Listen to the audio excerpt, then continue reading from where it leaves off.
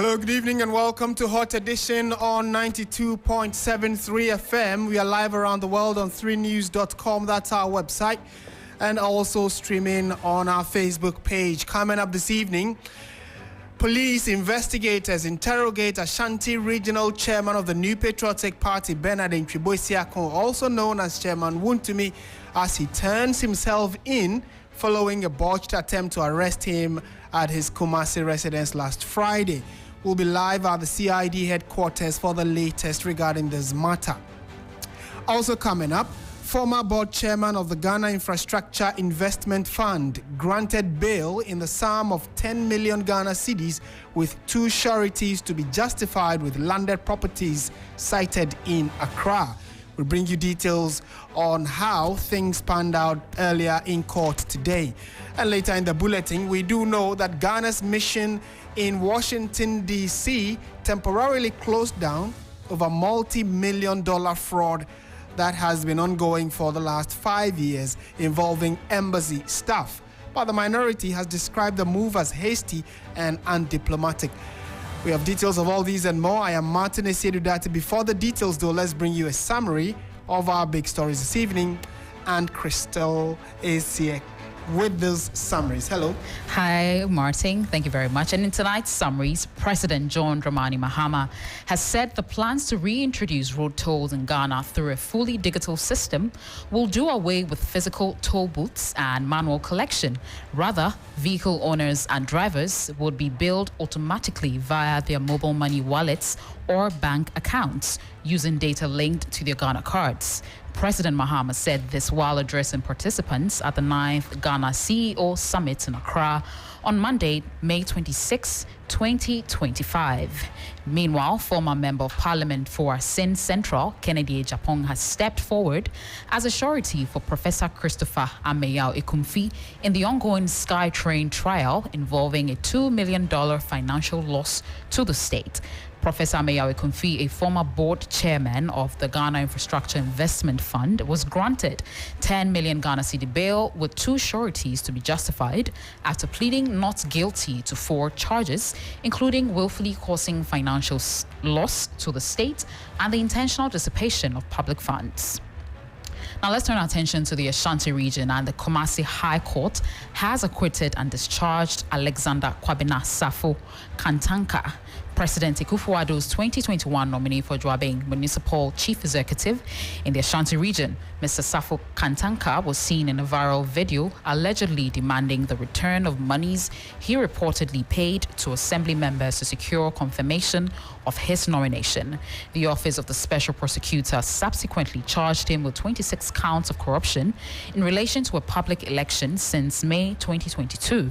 Throughout the trial, the prosecution presented evidence, including witness testimonies, to substantiate the charges. Meanwhile, the defense team vigorously challenged the allegations, while Safo Kantanka maintained his innocence. And finally, in energy-related governance, the government of Ghana has approved a strategic exemption of electricity bills for selected state institutions following a cabinet decision chaired by President John Dramani Mahama. The initiative, announced by the Minister for Energy and Green Transition, Dr. John Abdullahi Jinapor, is aimed at ensuring uninterrupted service delivery in critical areas, including security, health, and education. According to the minister, the exemptions apply strictly to core operational facilities within these ministries and do not extend to auxiliary or non-essential units. Over to you, Martin. Thank you very much, Crystal. Success Trevor, with the summaries of our big stories that we have for you tonight. We're delving straight into the specifics, and we are starting from the big news having to do with the chairman, Ashanti Regional Chairman of the New Patriotic Party, Bernard Asiedu, popularly known as Chairman Wontumi, who turned himself in to the Criminal Investigations Department, CID, for questioning following a failed attempt by national security operatives last Friday. The Ashanti Regional Chairman of the party is currently meeting with investigators at the CID headquarters after his lawyers negotiated his voluntary appearance. The botched arrest sparked outrage, with the NPP supporters massing up at Wuntumi's Kumasi residents to protect the heavy security presence.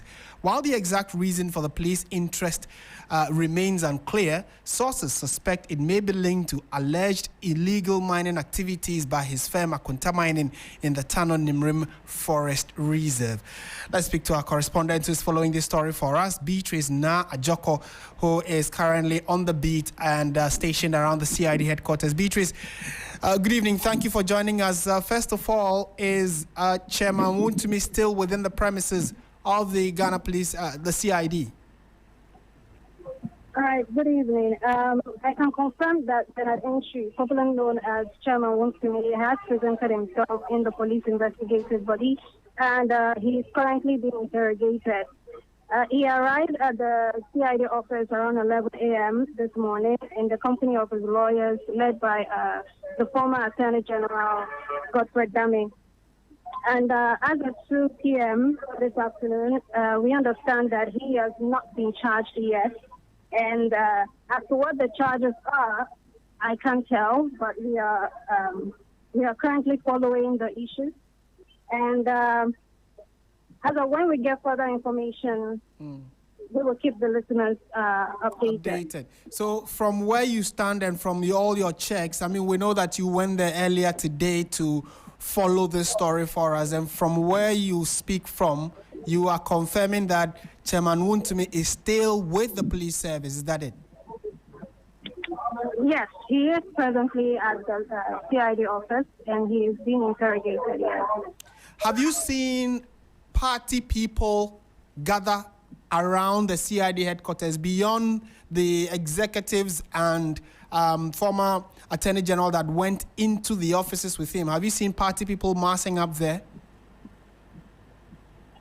Okay, I've seen the Deputy General Secretary of the NPP, and I think the PR has also been present. They've been going and coming. They've been going back and forth and being with him all through the process.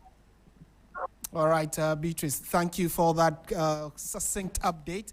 Beatrice Na Ajoko is our reporter who's following the case for us. And the case you would know is that the NPP's Ashanti Regional Chairman Wontumi is currently with the police CID with his lawyers and some party supporters. We are told that he's currently being interrogated. We are uncertain as to the specific reason why the Ghana Police Service want Chairman Wontumi, following the fact that last Friday there was an attempt to search his house and then also arrest him or pick him up. But from information his lawyer gave us, he had an agreement with the security agencies or operatives that had come there to his house, and the agreement was that Chairman Wontumi will present himself to the police CID on Monday, which is today. And what our reporter just confirmed to us is that he is there with his lawyers, still undergoing interrogation. He got to the premises around 11 in the morning, and it is a few minutes after 5 p.m., and he is still there. So do stay with us. We would update you subsequently when something new comes up. Meanwhile, let's also pick the thoughts of security analyst Emmanuel Kuting, who has also been following this particular story. Mr. Kuting, good evening. Thank you for joining us. Thank you for having me, my brother. Very good evening to your cherished listeners. Right. What would you say are your impressions about the fact that, following the failed attempt to arrest Chairman Wontumi in the Ashanti region, he told the security operatives that he will come and actually made good his promise, turned himself in, and is currently within the premises of the CID? Well, I think it will be a very long walk, and I think the future is very pregnant. I think we need to contextualize the issues for the education of our listeners. See, there are two separate issues: an invitation being extended to him, and he said he couldn't attend on the particular date, and the lawyers negotiated for today. That is within the right of every citizen. And the other leg was the search warrant at his home, where he prevented our law enforcement agencies from carrying out their legitimate duties. You see, when you get a search warrant, you are duty bound. Maybe it could be intelligence-led, and they will be in the proper place to indicate why they wanted to search their house at that particular time. But you see, Unsumi resisted, and his popular cry of calling on the MPP members to come to his aid, and that because of them, His Excellency John Mahama is doing this to him. You see, if you are a law-abiding citizen and law enforcement agencies have their duties to do, just comply.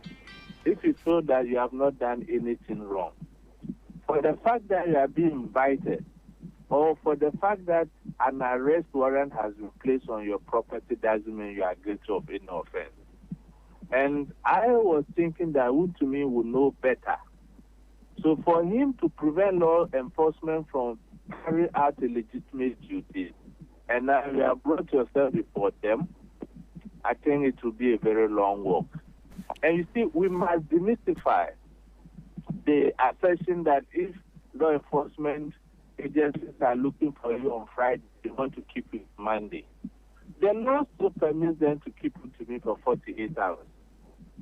They can decide not to charge him now if they are not satisfied with their level of interrogation. And at worst, after the 48 hours, they can go to court and demand that the court remand you in their custody while they continue with investigations.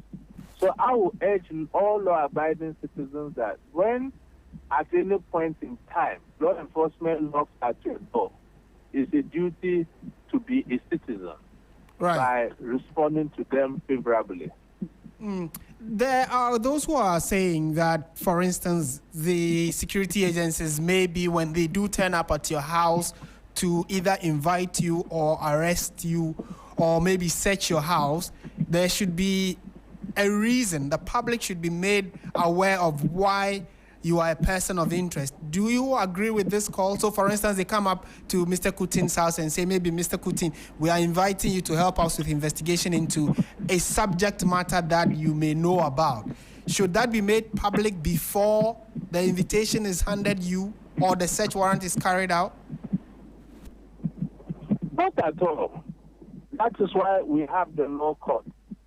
That is why the law court, after weighing the evidence the law enforcement placed before it, decided to grant the search warrant. And you know, in investigation, I think in our part of the world, because we politicize every institution, even on criminal matters, we want to look at political lenses. Look, public office comes with accountability. If you are not ready for accountability, don't go to public office. Do your private work, and no one will be interested in whatever you do or you don't do, unless, of course, you fall foul with the law. And from what we are hearing, some of us cannot say it here. So we don't want it to prejudice the investigation since it's an active one. But how on earth can an active case like this assist investigative stage? The law enforcement are dealing with the judiciary who kind of granted this search warrant, and we want it to be made public. I think we have to be mindful and educated about some of these practices within the security architecture. I don't think it helps us. I think as good citizens, we need to even help our law enforcement to make their job very easy. And in the instant case of Chairman Untumi, what is even making his case worse is the politicization of the matter, where you see party people going up and down. There's really nothing they can do. At this point, the security agencies or the law enforcement agencies have the power to do whatever they want to do within the next 48 hours. They can decide not to prefer any charges on him today or tomorrow. Okay. And even go to court, like I said earlier, and still get him into their custody to continue with their investigation. So we pray that cool heads will prevail, will put professionalism to bear, and Chairman Untumi's rights are not necessarily violated. Okay, and finally, before you take leave of us, he reported the CID office around 11 this morning, and we are told as of It's about 20 minutes or so after 5 p.m. Our reporter just confirmed that he is still there. What's your reading into this, and what do you foresee happening? There are a lot of issues at play, from galamsey activities to an amount of money that was transferred to his account from Cocoa Board accounts on the 8th of January.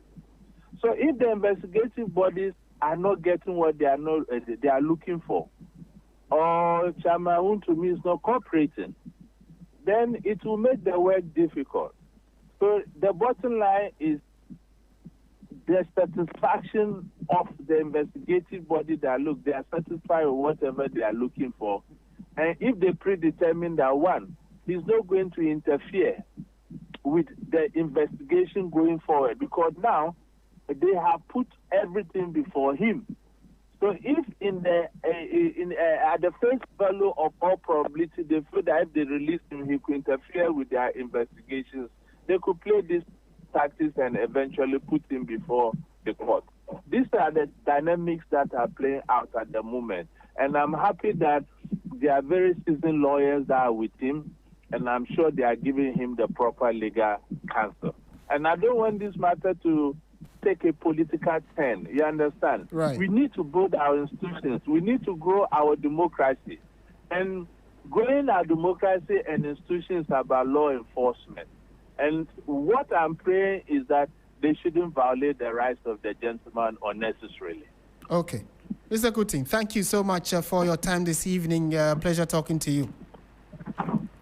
We've been speaking to security analyst Emmanuel Kuting there, and he's been sharing his thoughts on the current engagement ongoing at the CID headquarters between the NPP's Ashanti Regional Chairman, popularly known as Chairman Wontumi, who last Friday the security agencies or operatives attempted picking him up, but that did not happen.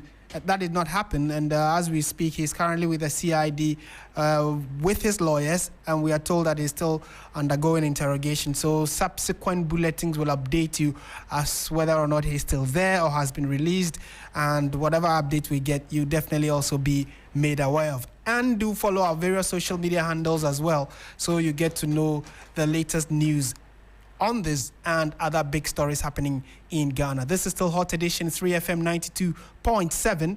We're going on to some other stories now, and you'd recall earlier today news broke that Ghana's embassy in Washington, D.C. had been temporarily closed following some fraudulent activities ongoing there by the staff. An audit sanctioned by the Foreign Minister Samuel Okudzeto-Ablakwa revealed a damning finding of diversion of customers from the embassy's official website to private individuals, costing the state millions of dollars. Joining us in studio is Dennis Paberi Wadam Esquire. He has been reading through the specifics of what the sector minister put out on social media. He has details for us. Dennis, good evening. Thank you for joining us. Good evening, Martin. Okay, so what else do we know about the closure of Ghana's mission in Washington? Well, so the foreign minister has been speaking. He has actually been the first to let this out of bag, if I may put it that way, to the effect that the Ghana's embassy in Washington, D.C. has now been temporarily closed down. There's also been a dismissal of one officer called Mr. Fred Kwating, who was a local staff. This staff, we understand, was recruited somewhere August 11, 2017 to the embassy, and he was in charge of the embassy's IT department. He's allegedly been involved in some dealings that have now found him into trouble. That's to say that, according to the minister, he had actually admitted to having created what they say is an authorized link on the embassy's website, which then diverted passport and then visa applications to a company that he owned. This company in question is called Ghana Travel Consultants, GTC. And there, he charged extra for multiple services on the blind side of the ministry. The ministry says that this is not authorized and that the proceeds that come from this, they are not charges that have been approved by the ministry. And I mean, usually when you are doing these charges and fees, these are charges and fees that are approved by Parliament. He says that the extra that this person charges for those services provided are not fees that have been approved by Parliament, and to that extent, they are deemed illegal. And that investigations also revealed that there were some other collaborators who operated this particular scheme for at least 5 years. According to the minister, this conduct has been reported to the Attorney General. Besides him being fired, there's a possibility that this person or these persons should be prosecuted and the monies also retrieved. There have also been other actions that the ministry has taken, that all the Ministry of Foreign Affairs staff who have been posted to the Washington, D.C., they've been recalled home with immediate effect, that the embassy's IT department itself has been dissolved, and that all locally recruited staff at the embassy have also been suspended. He also goes on to indicate that the Attorney General has been invited to conduct a forensic examination of all transactions to determine the total cost of this elaborate fraudulent scheme, because in their estimation, this cost the state some money.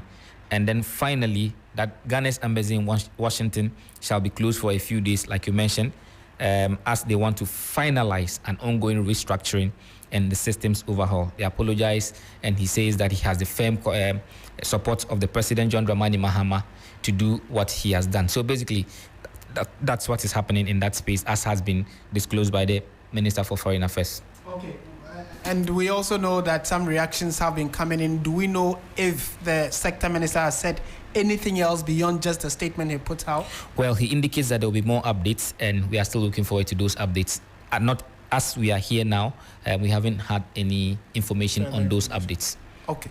Dennis Puaberi-Wadam, thank you so much for those updates from the Foreign Affairs Minister's post regarding the closure of Ghana's mission in Washington, D.C. Ghana has two missions in the United States of America. One is in New York, and the second is in Washington. And they are two very busy missions. So for government to decide to close down a very busy institution that allows and or permits people in and out of Ghana from the United States raises a lot of questions, asking what kind of thinking process went into this final decision to close the mission down, albeit temporarily. We'll try and get further answers to this particular question for you as the bulletin wears on. But the minister indicated, there was a particular gentleman known as Fred Kwarting of the IT department.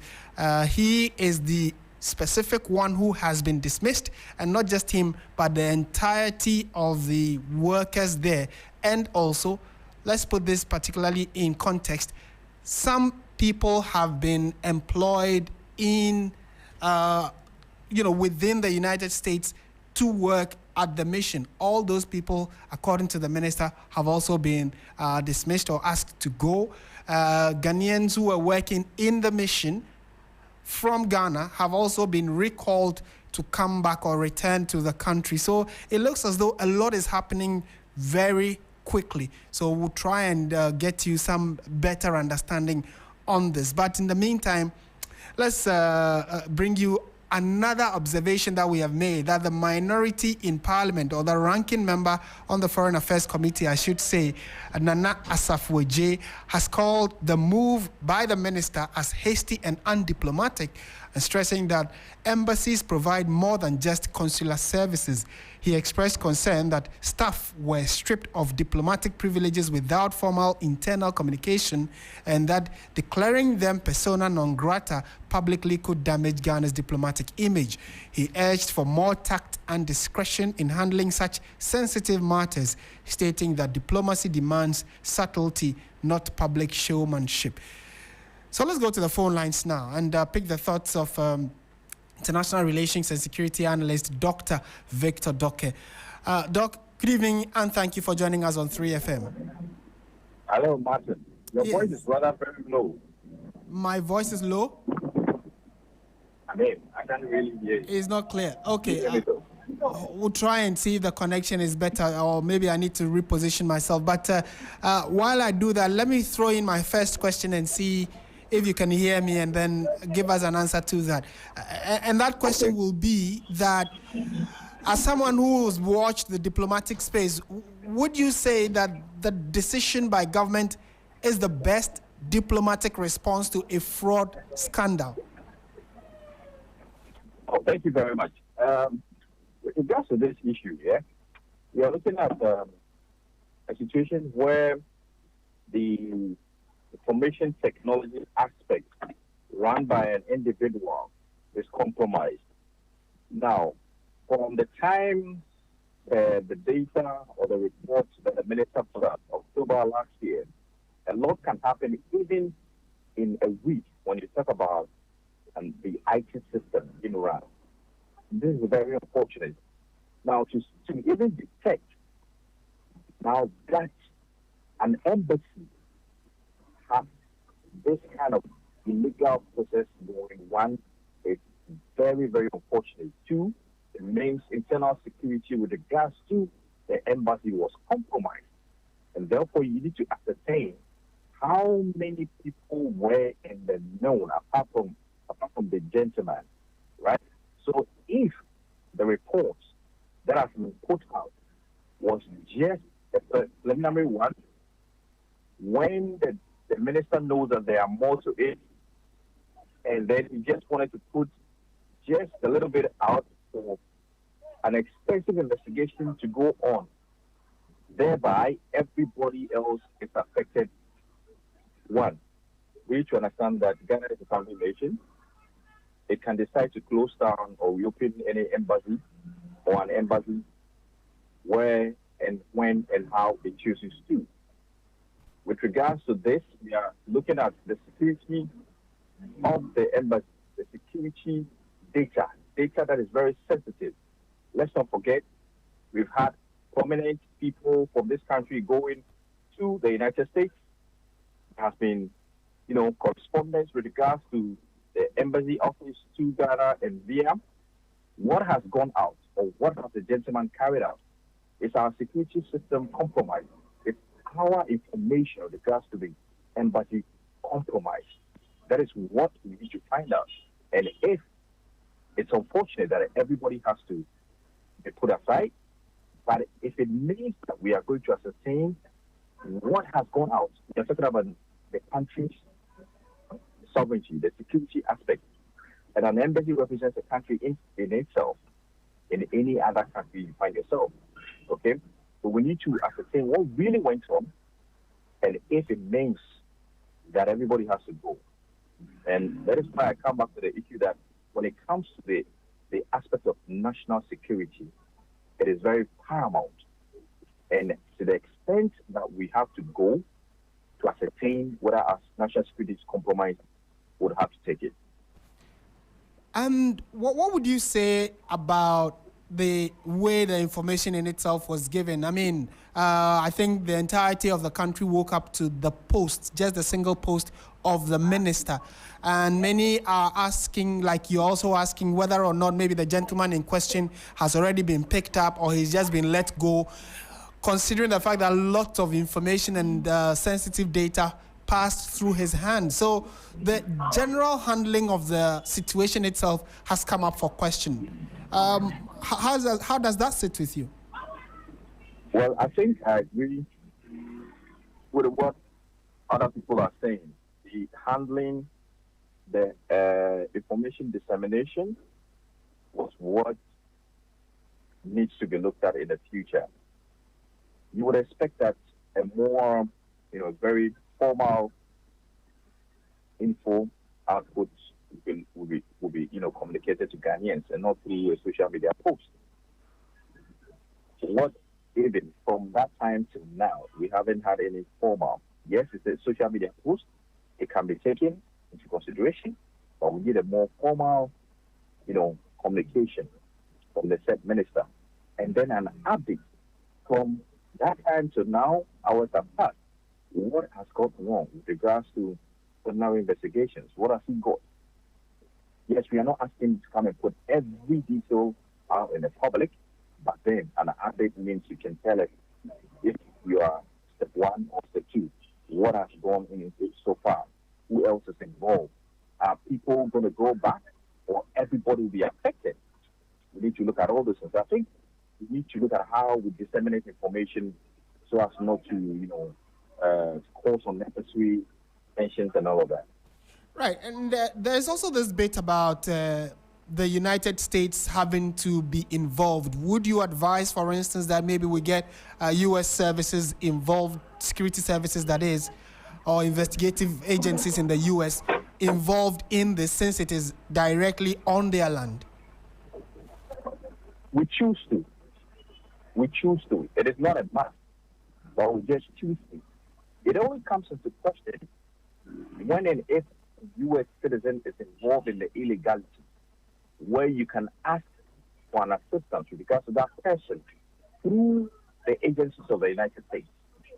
But other than that, you choose to. For example, if this gentleman lives in the country permanently, then you need to probably affect or effect an arrest or whatever.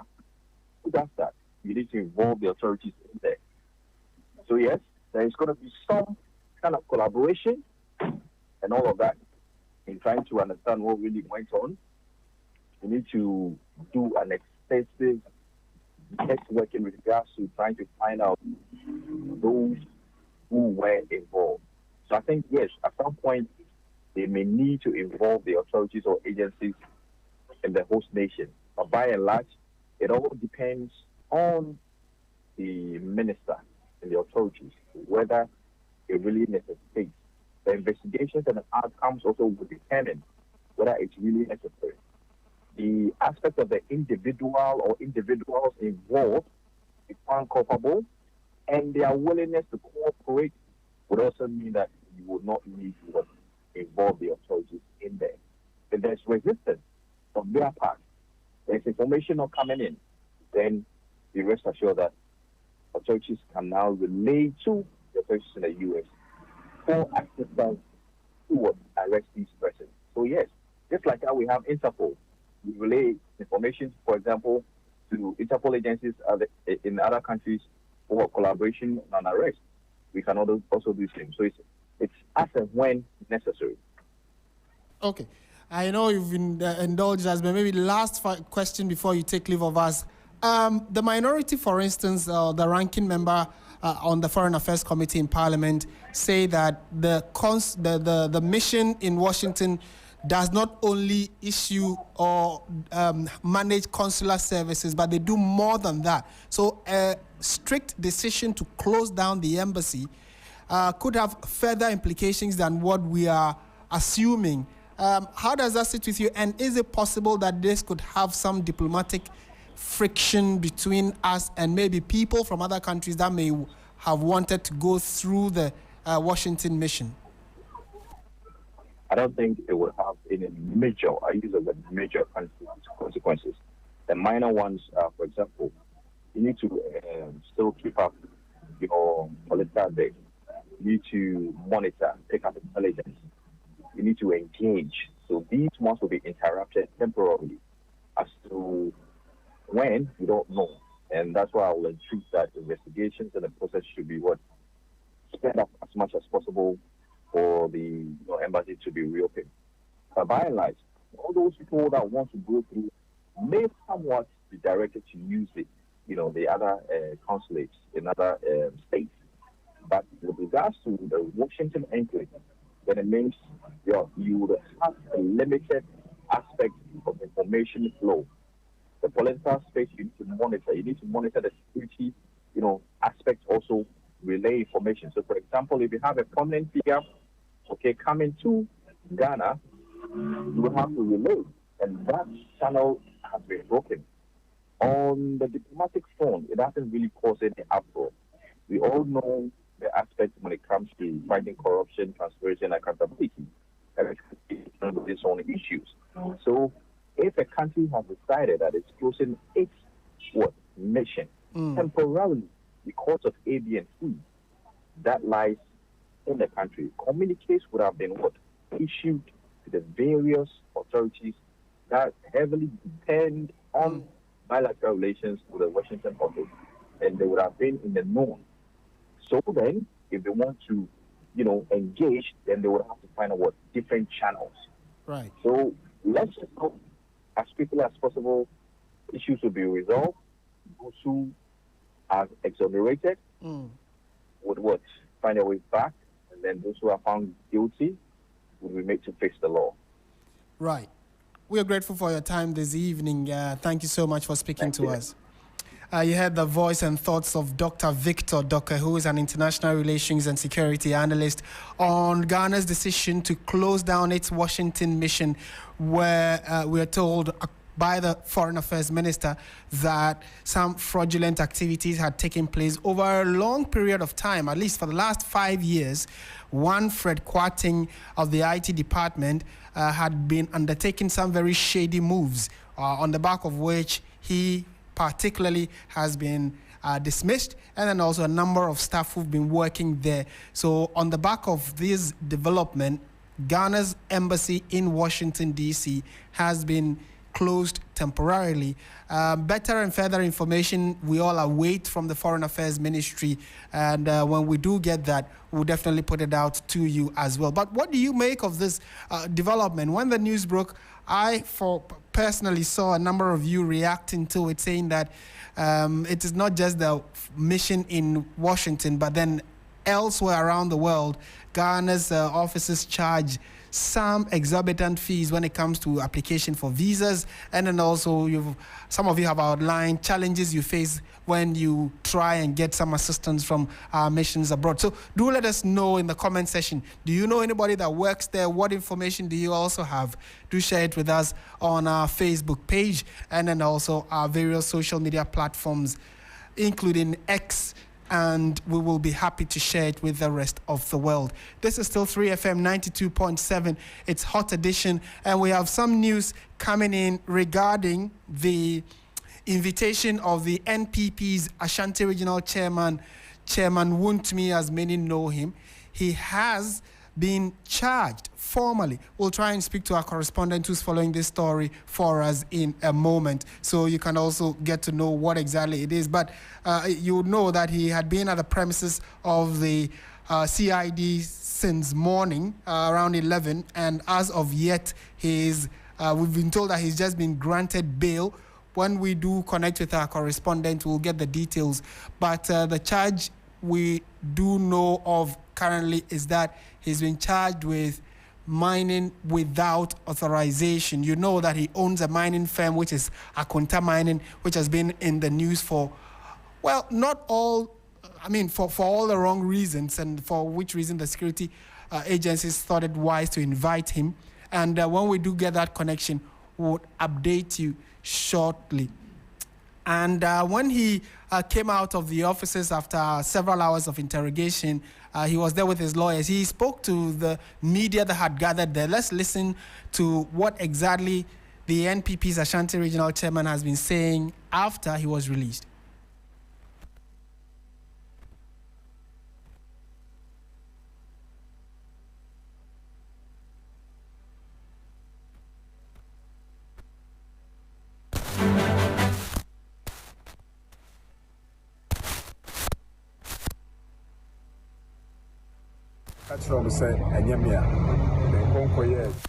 Well, I think we'll just have to restart what exactly Chairman Wuntumi has been saying. So let's listen into what Chairman Wuntumi is saying.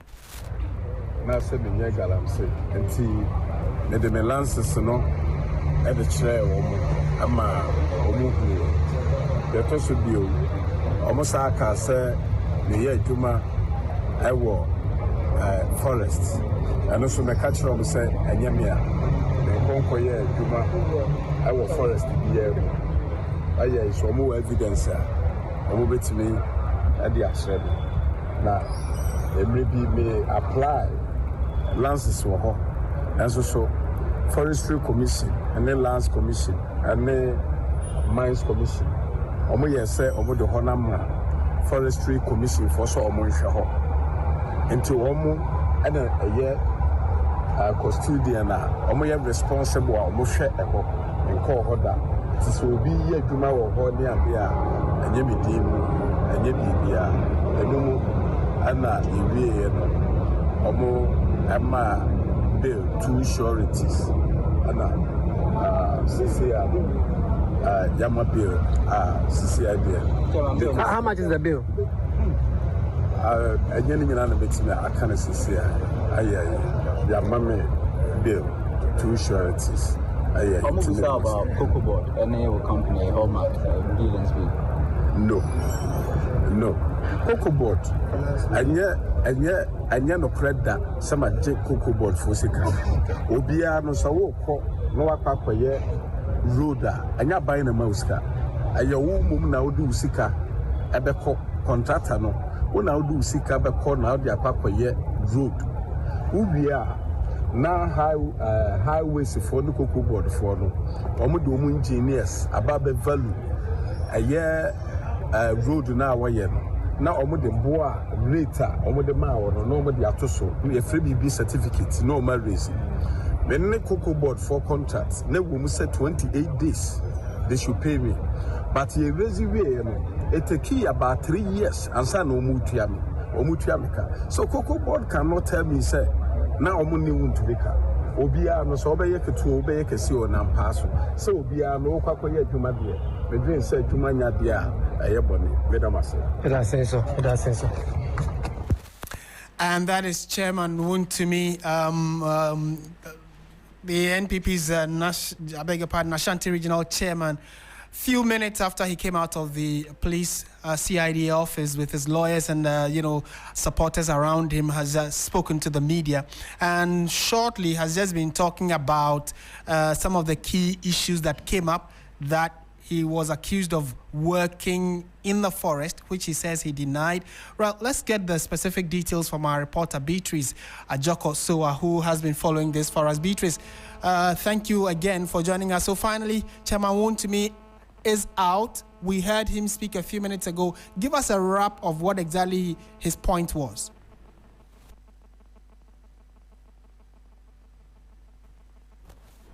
Hello, Beatrice, can you hear me?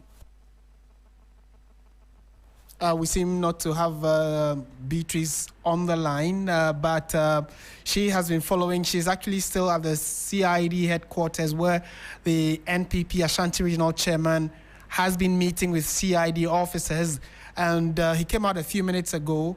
And what we do know, per the audio that Chairman Wontumi we just brought to you, he's saying that he's been given bail, has been granted bail with 2 sureties of an unspecified amount. So the amount we are yet to get specifically, and then we'll bring that to you, one. And then secondly, he's supposed to have 2 sureties. Those who are bailing him must have 2 sureties. So we would update you on that as well. And went on to touch briefly on the other speculation of why he may have been invited by the CID, having to do with his dealings with Cocoa Board. But I think we have a clearer connection to Beatrice. Now, Beatrice, if you can hear me, I was asking that Chairman Wontumi just spoke. Give us a summary of what exactly he was saying. Okay, he's been granted bail after 8 hours of interrogation. After 8 hours of interrogation, and speaking to him, he said he denied having any involvement with the concession mining company that he was accused of, and he mentioned that he has been granted the bail with 2 sureties. Yes. So far, this is what we can report from the... Is he expected to come back to the police CID? What else is he supposed to do beyond the granting of bail? Do you know? No, at this moment, I can't confirm if he's to report again to the CID. Do we know the amount of bail that he's been granted? It's an undisclosed amount at the moment. Yes.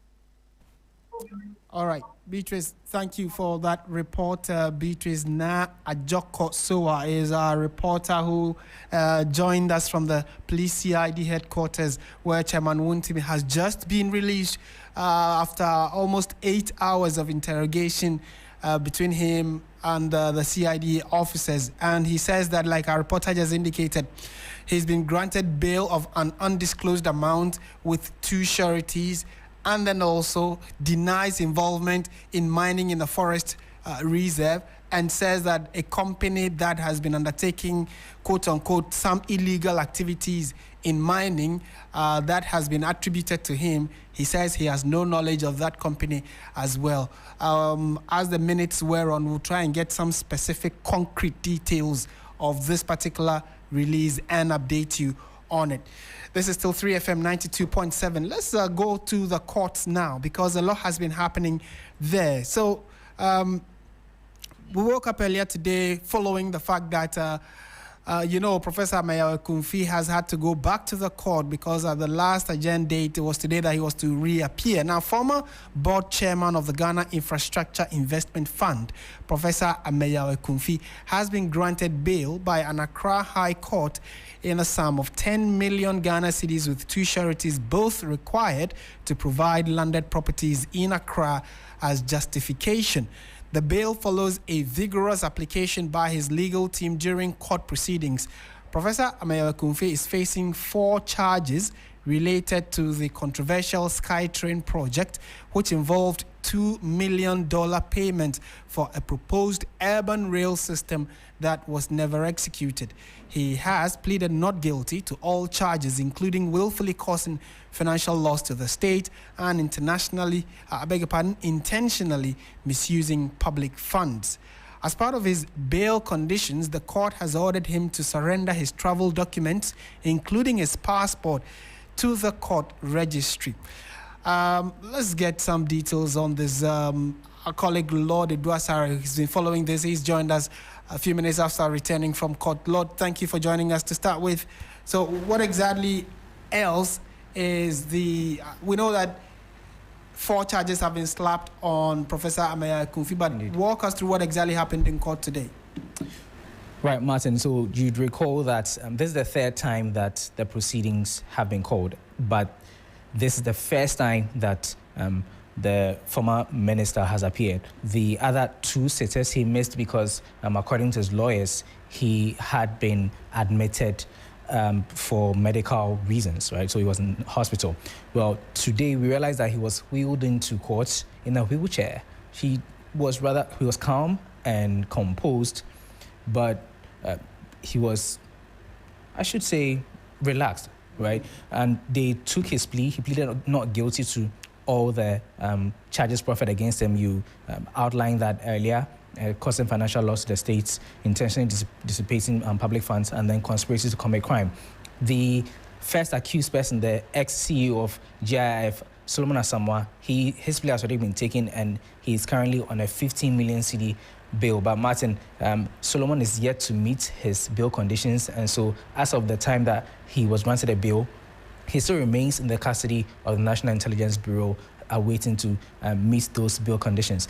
Now, the lawyers of Professor Ameyaw Akunfi, led by Aaron Duke, Sasu, he indicated that the 80-year-old former minister, despite the fact that he's aged or is aging, has been cooperating religiously with the investigators. He indicated that in some instances, he undergoes over 6 hours of interrogations, and despite this, he still comes. And so he was praying the courts to grant him bail because it's evident that he's not flight risk. He's going to make himself available and all that. And so the court, presided over by Justice Comfort Tasiame, granted him the bail.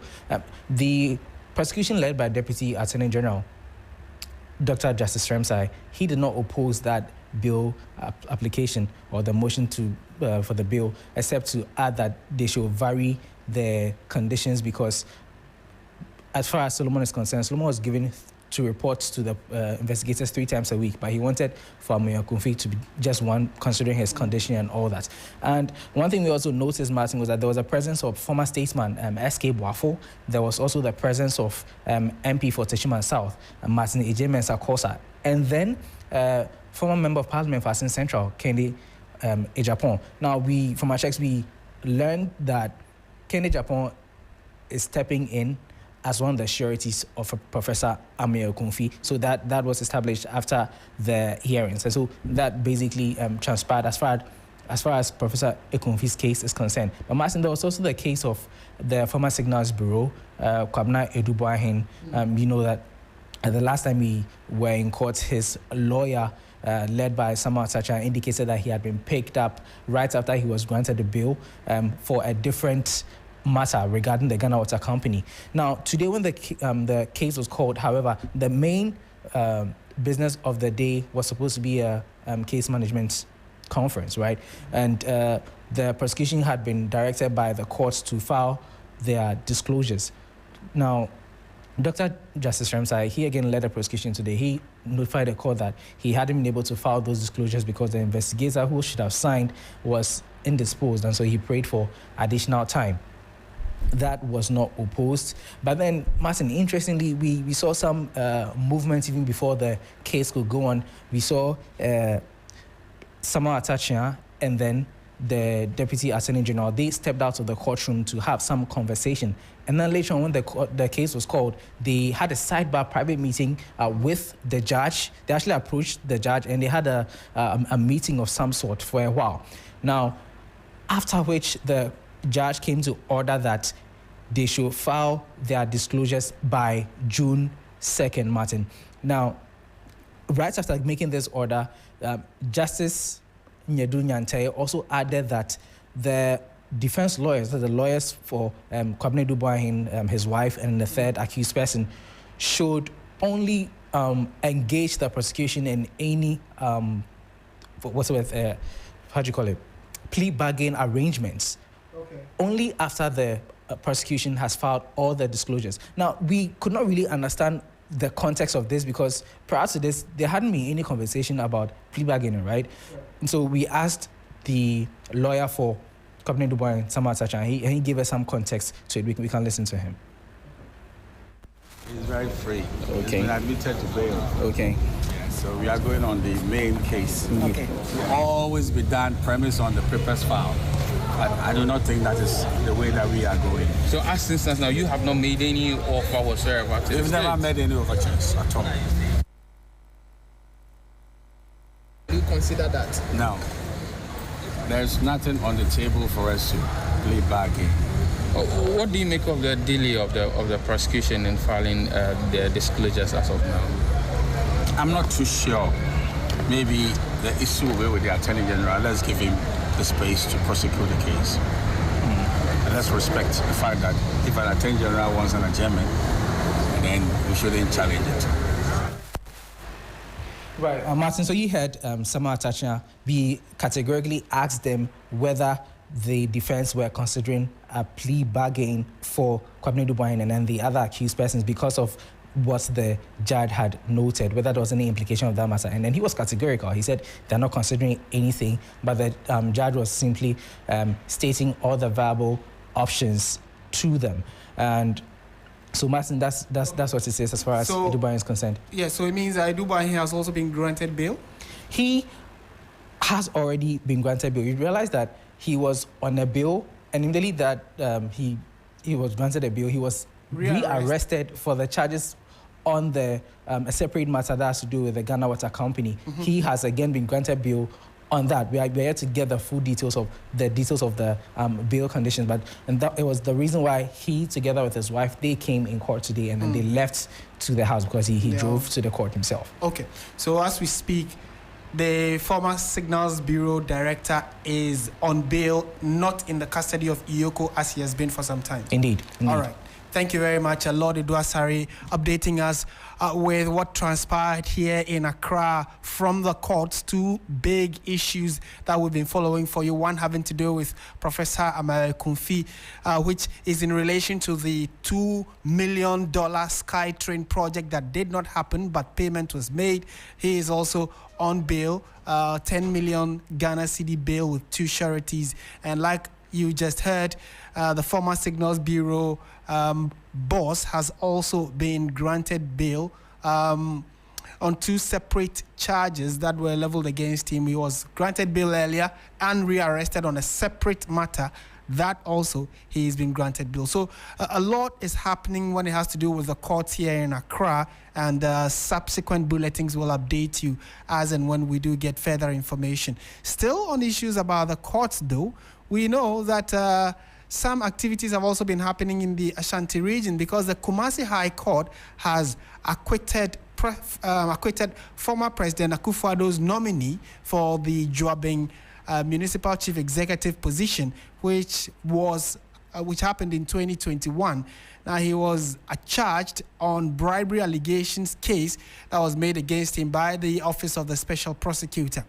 Alexander Kwabena Safo Kantanka was caught on video allegedly demanding a refund of monies he gifted to assembly members to endorse his nomination as MCE. Now, he lost that nomination, and in the video, he was exchanging words with people presumed to have taken the money from him, which he was asking for them to return. Let's listen to Ibrahim Abubakar, our correspondent, who's been following this for us in the court from the Ashanti region. After failing to get 2/3 of vote to secure his nomination as a Joabeng MCE, visibly angry Alexander Safo Kantanka was seen in a viral video demanding a refund of money he has given to some of the members.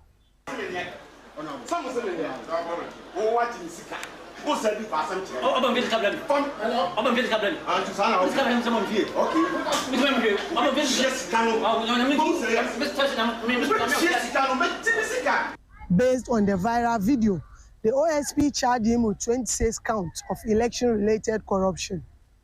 He first appeared before a Kumasi High Court on June 1, 2022. On April 9, 2024, the High Court partially dismissed an application by the accused on a submission of no case of answer. The court determined that the prosecution had established a prima facie case on 3 of the charges and accordingly directed the accused to open his defense on those counts. The accused subsequently presented his testimony and underwent cross-examination. Judgment was initially set for November 28, 2024, but the trial judge, Justice Priscilla Dikro-Ofori, was transferred. However, because she had already submitted a case completion plan before a transfer, she returned to give the ruling on Monday, May 26, 2025. The court acquitted and discharged the accused on the grounds that the prosecution failed to prove that the money he was demanding for in the viral video was linked to the allegations made against him. Kwame Adom-Appiah is the counsel for the accused. At the end of the full trial, our case has been sustained by the court as reasonable probable, for which reason my client has been acquitted and discharged. There is no other damage control than a judgment of a court of competent jurisdiction saying that you are alleged to have done ABCD, but haven't gone through full trial, and the court of competent, like a high court, saying that no, you are not what you were alleged to be. After almost 3 years of legal battle, Alexander Safo Kantanka is now a free man. Ibrahim Abubakar, TV3 News, Kumasi High Court. And that's a report about the court case involving Alexander Kwabena Safo Kantanka. And so if you go to our website, 3news.com, you get details of this particular story and all the big ones we've brought to you so far. In a moment, we'll be turning our attention to what's happening in the world of business when the team does join us. So do stay with us. We'll bring you details of business news and sports, as well as all the media stories happening in the country. Stay with us.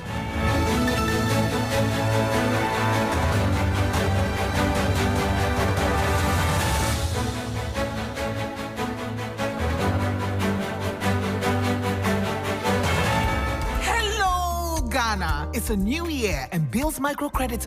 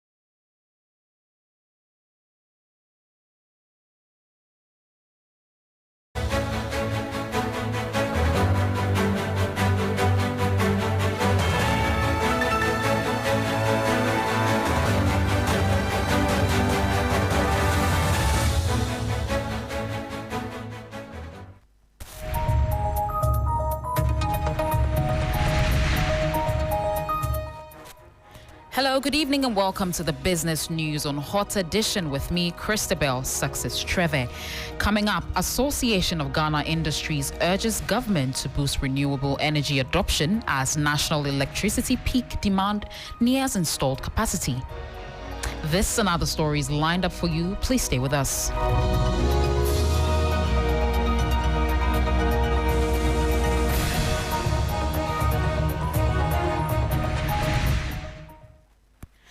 Now the details. The Association of Ghana Industries, AGI, is calling on government to implement measures that will encourage industries to invest in renewable energy, particularly solar power, to supplement the national grid supply. AGI Chief Executive Seth Chum Akwabwa emphasized the need for industries to adopt renewable energy to avert potential crisis, given that the country's peak demand is fast approaching installed capacity. Currently, renewables contribute a mere 0.8% to Ghana's energy mix, with installed generation capacity standing at 5,260 megawatts and dependable capacity at 4,856 megawatts as of December 2024.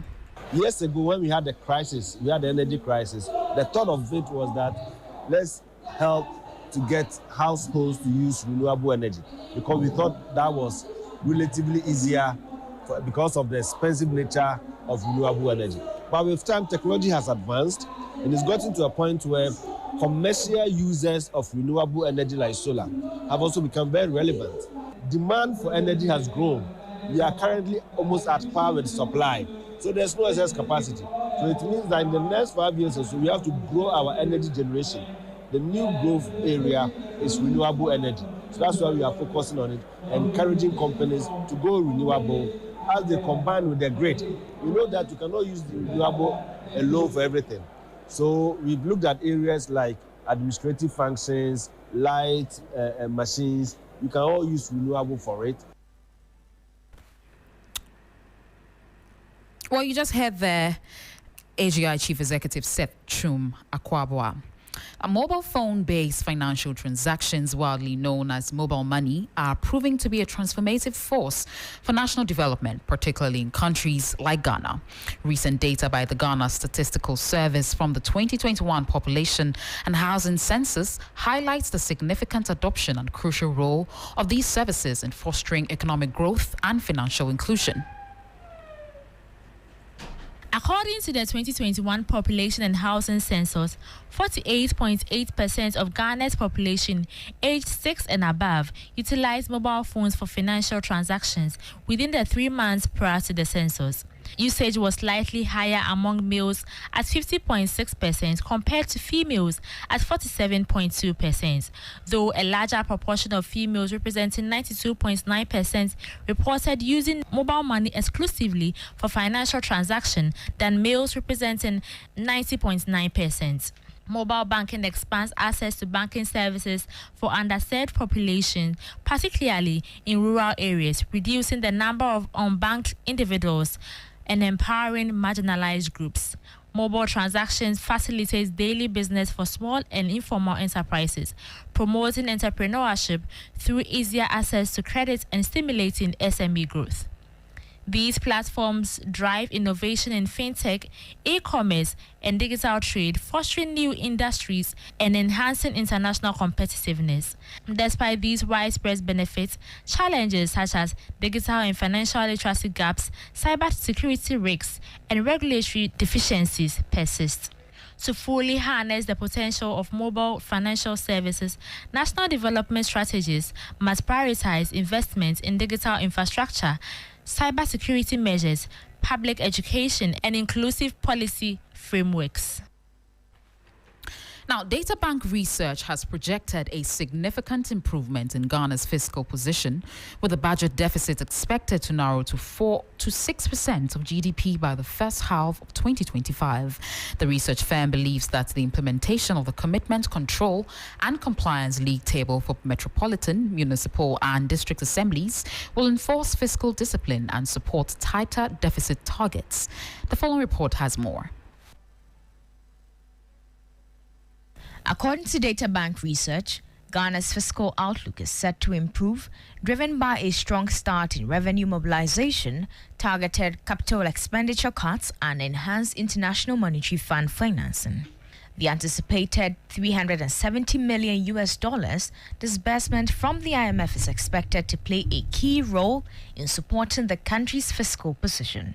Additionally, Ghana's short-term external outlook remains favorable, supported by a sustained current account surplus and improved reserves buffers. Databank research projects gross international reserves to exceed 10 billion Ghana cedis by mid-year, driven by strong gold, cash crops, and remittance inflow. The country's external activity remains resilient, underpinned by expanding trade agreements with key partners. Well, that was a 3 business desk report on Ghana's fiscal deficit to narrow to 4 to 6% of GDP by mid-2025, according to a Databank research. Well, that will be all. For more business stories, please check our website at 3news.com. I am Christabel Success Treve. Enjoy the rest of our programs.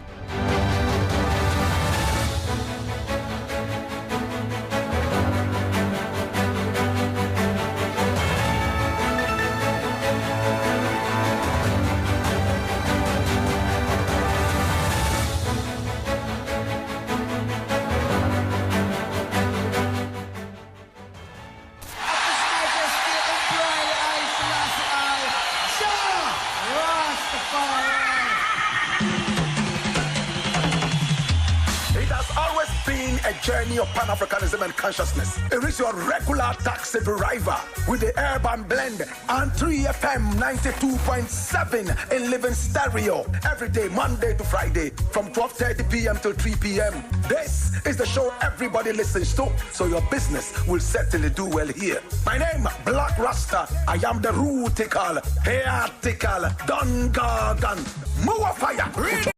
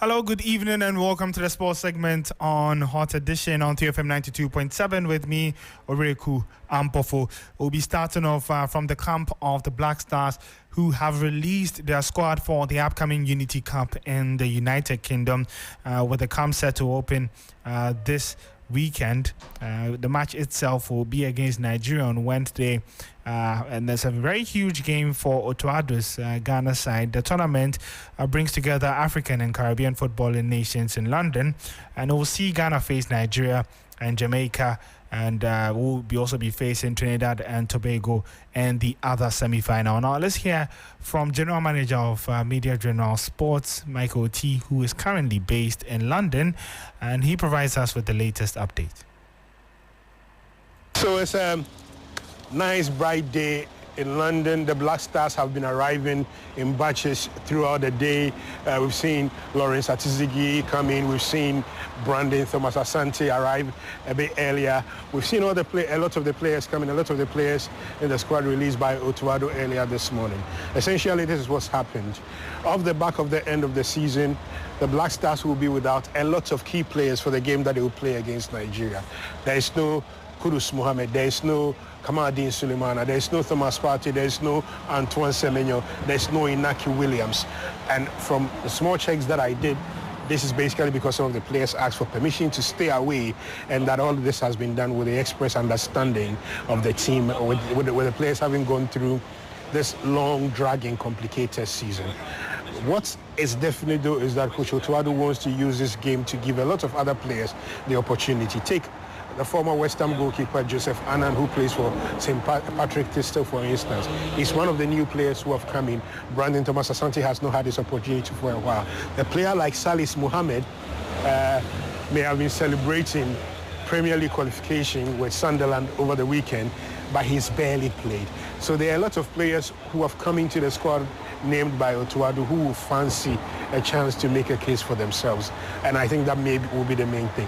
When Otoado addressed a press conference earlier today, he didn't want to get into the details of why the players were absent and all that. He said he wanted to focus on the ones here. And I think the whole of the Ghana Football Association, followers of the Black Stars, particularly bearing in mind that September will be a crucial month for World Cup qualifiers and the rest, will hope that there will be signs from these players that even in the absence of a lot of those key players, they are prepared to step in and deliver the goods and deliver them efficiently. So that was Michael Etieje, who is the General Manager for Media General Sports, reporting from London in the United Kingdom ahead of Ghana's opening match in the Unity Cup against Nigeria on Wednesday. Still on that game, as we build up, Black Stars head coach Otoado believes that this is the ideal time to give opportunities to players who have been on their radar for the past few months. The former Ghana winger has included 5 debutants in his squad for the Unity Cup, whilst Kamaldeen Sulemana and his new Antoine Semenyo, Mohamed Kudus and Thomas Partey are among those left out due to minor knocks and injury setbacks. For us, it's like I said, it's a good test, and it's for our confidence will be good for the upcoming games. And for us, we really need to know. We have so many open questions on players, and I'm happy to give also some new and young players some possibilities to play and to show what they can. And surely after this tournament, some question will be answered. And for us also, we have a big community here in England. It's very, very important for us also for them to see and feel the players. And so for us, it's a very, very good opportunity to play in this, participate in this tournament. Well, that was head coach of the Black Stars, Otoado, speaking ahead of the game. We still stay with Otoado because beyond the young players who've been called, the head coach also says that he's confident his side are well prepared to face Nigeria on Wednesday, and it would also be a very good match to be able to test the team strength. Remember, ahead of the World Cup qualifiers later in September this year. We are using this opportunity to do further tests, to test our players, to see our players on a very, very high level. And we're happy that we are getting this opportunity, and for us it's surely a good test for the upcoming World Cup qualifying games in September. That was head coach of the Black Stars, Otto Addo. But we still stay with the Black Stars because with several key players such as Mohamed Kudus, Antoine Semenyo, Thomas Partey, Alexander Djiku and others set to miss the tournament, my colleague Billy Shen assesses the potential impact of their absence on Ghana's prospects. I think this seemingly overhauled Black Stars squad was quite expected, especially looking at the time frame where a number of players ended their seasons, especially in the Premier League, in the Serie A, and other big leagues in Europe. But it does give an opportunity for Tuadu to sort of extend or expand his talent pool. The new faces like Caleb Uechi, Abdulaziz Issa, and the rest can stake a very strong claim, especially for the World Cup qualifiers, which will be coming up somewhere later in 2025. And so it's just, one of those things that give people the opportunity to sort of make their claim, express themselves, and show that they do have enough quality to feature for the Black Stars in the future. So I think it's just a good way for people to just test themselves, and it's a good way for Eduardo to also test different sort of strategies and tactics, against opponents, because I think there are different sets of players with new skill sets that he has to work with. Well, that was my colleague Billy Shen. Let's now move to Europe, specifically Spain, where Real Madrid have officially unveiled Xabi Alonso as their new manager effective June 1st, 2025 to June 30, 2028. The Spanish tactician will succeed Carlo Ancelotti, who has departed to take helm of the Brazilian national team. Alonso, a legendary figure in Real Madrid's history and world football, played 236 official matches for the Spanish Giants between 2009 and 2014, scoring 6 goals and providing 31 assists. As a new coach, his first task is to lead the team at the Club World Cup this summer. For more perspective on what to expect, let's hear from Spanish journalist Beyond Mars.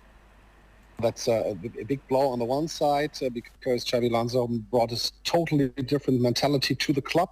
They were always the runners-up of the league, and so with the first championship last year, there was a totally new mindset also in the whole club, so it will be a blow. On the one hand, it's a big blow because Xabi Alonso brought a lot of new mentality to the club. We were always the runners-up of the league, the all-time second, and with him, there's a winner mentality was brought to the club, and so you saw totally change in the mindset, not only on players, also on the staff and everybody around. But on the other hand, it's not such a big blow because we thought last year he will go at the end of the season, and he stayed one more year. So I think the club's prepared for that, and I'm looking forward for then the new manager. Well, that was Beyond Mars, who is a Spanish-based journalist who focuses a lot on South American and then Spanish football. Now, before we go, let's shift our focus to tennis, where Carlos Alcaraz powered into the French Open second round on Monday with a resounding win to start his title defense, while three-time defending women's champion Iga Swiatek also eased through at Roland Garros. Four-time Grand Slam champion Alcaraz struck 31 winners in a 6-3, 6-4, 6-2 victory over Italian qualifier Giulio Zepperi and will face Hungary's Fabian Marozsan in round 2 of the competition. Alcaraz is now on an 8-match winning streak at French Open, having taken Olympic silver at Roland Garros last year, losing the final to Novak Djokovic. And so that's the note on which we'll be wrapping up our sports segment here on Hot Edition. My name is Obre Kwampofo, and the program continues right after this.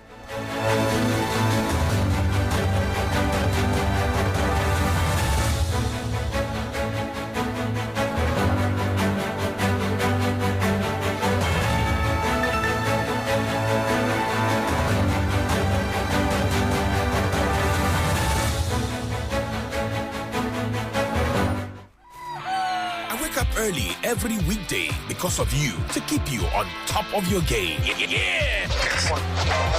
You are at the center of our universe. That's why we make it a duty to serve you only the freshest, hottest news and entertainment. When you want it, where you want it. Good morning, Ghana, Africa, and the rest of the wonderful world. Welcome to Sunrise on 3FM 92.7. Start your day well informed. Start with us on Sunrise on 3FM 92.7. Catch the all-new Sunrise Morning Show on 3FM 92.7 with me, Johnny Hughes, Helen Apiampofo. Weekdays from 5:55 a.m. to 10 a.m. only on 3FM 92.7. 3FM, your urban lifestyle radio.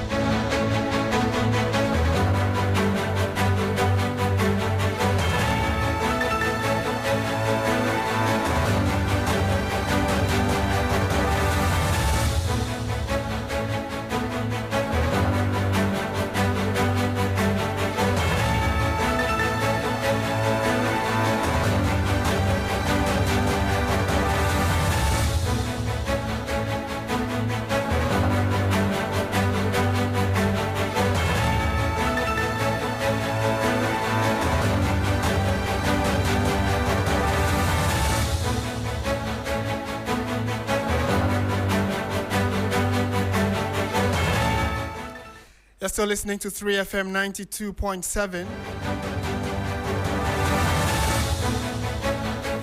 Just gone by was the latest in the world of business and sports. So we are just about wrapping up and looking at some of the big stories that we have for you today. In case you missed out, just a quick recap of the stories that have been making headlines. The first having to do with the fact that the NPP's Ashanti Regional Chairman Wontumi, has been granted bail of some unknown amount, of an undisclosed amount, with two sureties. He was released a few minutes ago from the CID head office, where he has been for well over 8 hours. Also, Professor Amaya Kumfi, who was the board chair of the Ghana Infrastructure Investment Fund, GIIF, has also been granted bail, 10 million Ghana cedis with two sureties. And his is in relation to the $2 million Sky Train that did not materialize. The payment was done, but it did not materialize. So he has also been granted bail and is expected back in court shortly.